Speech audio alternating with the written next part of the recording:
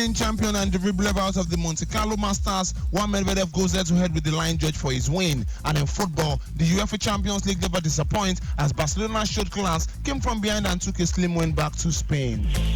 Good morning and welcome to another exciting edition of Sports Trip. I am Olujimi Dare-Ogun saying welcome to the show. And so begin with athletics, where World Athletics has announced to become the first international federation to award prize money at the Olympic Games. The global governing body said the total prize pot of $2.4 million has been made available for the Summer Olympics in Paris, with gold medalists receiving $50,000. This will be extended to silver and bronze medalists at the Los Angeles 2028. World Athletics President Lord Cole called the decision a pivotal moment. He said the organization wanted to create a stable financial landscape for athletes. There will be 48 athletics events in Paris, which relay gold medalists to share their prize money among the team. The prize money will not apply to Paralympics, which takes place from 28th of August to 8th of September, as para-athletics is governed by the World Para-Athletics. Quoting Lord Cole, says, the introduction of prize money for Olympic gold medalists is a pivotal moment for athletics and the sport of athletics as a whole, underscoring our commitment to empowering the athletes and recognizing the critical role they play in the success of any Olympic Games. While it is impossible to put a marketable value on winning an Olympic medal or on the commitment and focus it takes to even represent your country at an Olympic Games, it is important we start somewhere and make sure some of the revenues generated by our athletes at the Olympic Games are directly returned to those who make the Games the global spectacle that it is. And now to tennis, defending champion Andy Rublev has been knocked out in the second round of the Monte Carlo Masters by Alexei Popyrin in straight set. Unseeded Australian Popyrin overcame 6-8 Rublev 6-4, 6-4 and will play compatriot Alex de Minaur next. Quoting him, he says, I'm feeling really comfortable. I am happy to beat a guy who is in form, confident and the defending champion. End of quote. Elsewhere, second seed Yannick Sinner is through to the last 16. The Australian Open champion beat American Sebastian Korda in straight set 6-1, 6-2 in his first match on clay this year. He will play unseeded German player Jan-Lennart Struff on Thursday. Rublev is the first top 6 seed to be knocked out, but third seed Carlos Alcaraz withdrew on Tuesday because of injury. Meanwhile, two-time champion and 12th seed Stefanos Tsitsipas also reached the third round in a straight set win over Argentina Thomas Elchevre. Tsitsipas will play 5th seed Alexander Zverev after the German beat Australian Sebastian Hofner on Monday. Also, 8th seed Kasparov defeated Chile's Alejandro Tabilo 6-2, 6-4 to progress to the next round. Still in tennis, Daniil Medvedev was asked by the umpire not to shout at the line judge during a 6-2, 6-4 win over Guillaume Monfils at the Monte Carlo Masters. Russia's Medvedev was leading 6-2, 1-2 when he became angry and disagreed with two calls on the baseline and shouted at the official. Umpire Mohamed Liani twice came onto court to check calls and calm him down. Liani told him, and I quote, Daniil, please don't shout at him, he can make a mistake as well. End of quote. The disagreement began after a shot made by Monfils, which Medvedev returned with a forehand winner, was called out. Liani came down to check the call and awarded the point to Monfils. Medvedev was clearly frustrated, particularly as Hawkeye showed the shot was out but continued to play. On the next point, Monfils' shot was called in, but it had gone beyond the baseline. Medvedev started to shout at this point, with Liani coming to check the call once again. This time, the umpire agreed with the world number 4 and gave him the point, but it went on to be broken. Medvedev continued to demonstrate during a change of ends, shouting and swearing at the umpire, and was seen hitting the canopy on his chair. After the game, Liani said, I am wrong, I apologize. Medvedev replied, and I quote, how can you apologize? I lost the freaking game. How did I lose the game when it's out? It is out. It is out. You guys are getting ridiculous. With the Hawkeye live, you don't see anything. End of quote. After the match, Medvedev was in or out on a TV camera lens, but was seen shaking hands with Liani. He will now play compatriot Karen Khachanov later today in the last 16. Elsewhere, play was suspended yesterday evening as rain caused disruption on men's second round. Denmark Garun, seeded 7th, is up against Sobit Nadal of India, while 96 Grigor Dimitrov holds a one-set advantage over Sebastian Miamor Kekmanovic.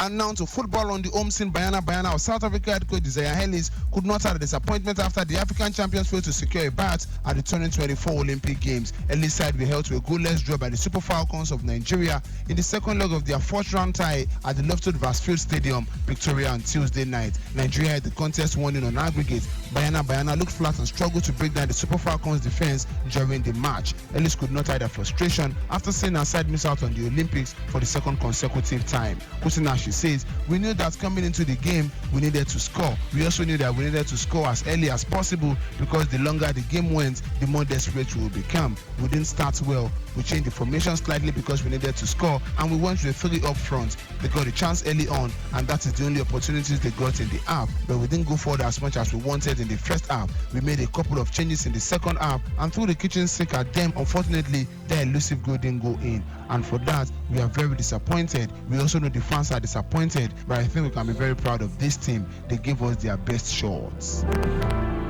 Moving on, Super Falcons head coach Andy Waldrum has identified the need for his team to improve their finishing before the 2024 Olympic Games. The 9-time African champions will compete in the women's football event at the Paris 2024 after a 16-year hiatus. The Waldrum side scored once over 2 legs in their 4th-round qualifying tie against the Bayana of South Africa. Competing against the likes of Spain, Japan, and Brazil will be a Herculean task for the Super Falcons. The American reckon they must work on his team attack for them to do well at the Paris 2024. Otinemi says it is a huge accomplishment for Nigeria and we defended brilliantly. There is work to be done when it comes to our attack, and we will improve before heading to France. Now to the Super Eagles. Nigerian winger Ademola Lookman has reviewed the model his game after Senegalese star Sadio Mane. Lookman is currently regarded as one of the best wingers in Italian top flight. The 26-year-old was Atalanta's top scorer with 13 goals last season. The former Everton player has already scored 8 goals for La Dia this term. Mane is known for his pressing, dribbling, and speed. Lookman confessed that he has learnt a lot from the former Premier League star. Kotinemi says the guy who I've always looked at the most would have to be Sadio Mane. Looking at his threat in the box, his threat in little spaces, his movement, I have watched a lot of his game in particular.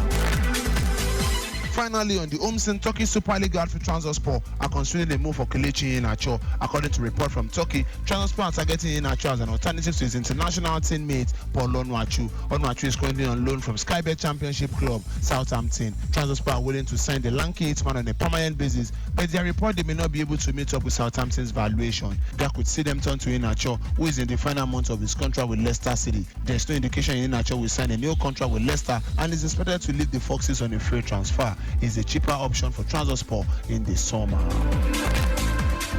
Now to football in Europe. 5-time winners Barcelona came from behind to win a slender advantage over Paris Saint-Germain in the first leg of their Champions League quarter-final in France. Xavi's side were in danger of being overawed by a hostile Parisian crowd, but the Barcelona boy used his bench with magnificent effect to turn the tie in their favour. And Yamal goes outside the boot towards him. Could come for Rafinha! First blood to Barcelona in this Champions League quarter-final.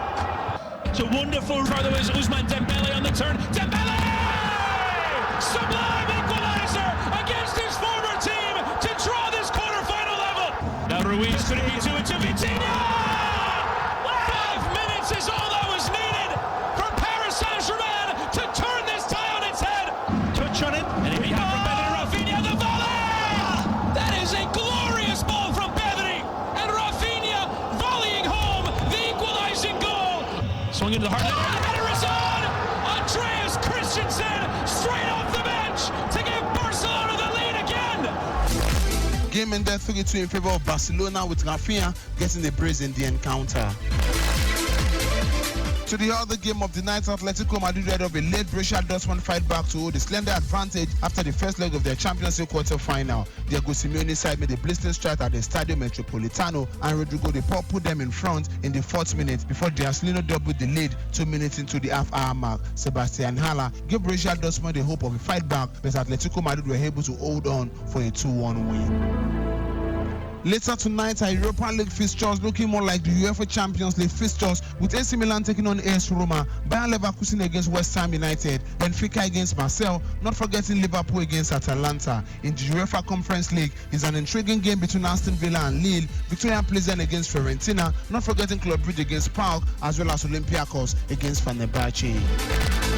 This is where we call it a wrap on today's edition of Sports Trip. Keep listening to us on Lagos Traffic Radio 96.1. I am Olujimi Dare-Ogun, saying stay sporty, stay healthy.